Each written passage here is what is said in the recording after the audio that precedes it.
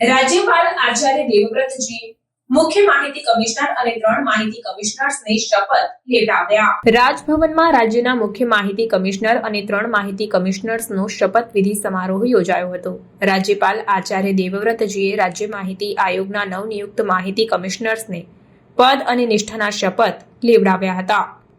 રાજ્યપાલ આચાર્ય દેવવ્રતજીએ સૌપ્રથમ મુખ્ય માહિતી કમિશનર ડોક્ટર સુભાષચંદ્ર આર સોનીને શપથ લેવડાવ્યા હતા અને તેમને શુભકામનાઓ પાઠવી હતી. તત્પશ્ચાત રાજ્યપાલે માહિતી આયોગના માહિતી કમિશનર પદ માટે સુબ્રમણ્યમ રામચંદ્ર અય્યર, મનોજ વિઠ્ઠલભાઈ પટેલ અને નિખિલાર ભટ્ટને શપથ લેવડાવ્યા હતા.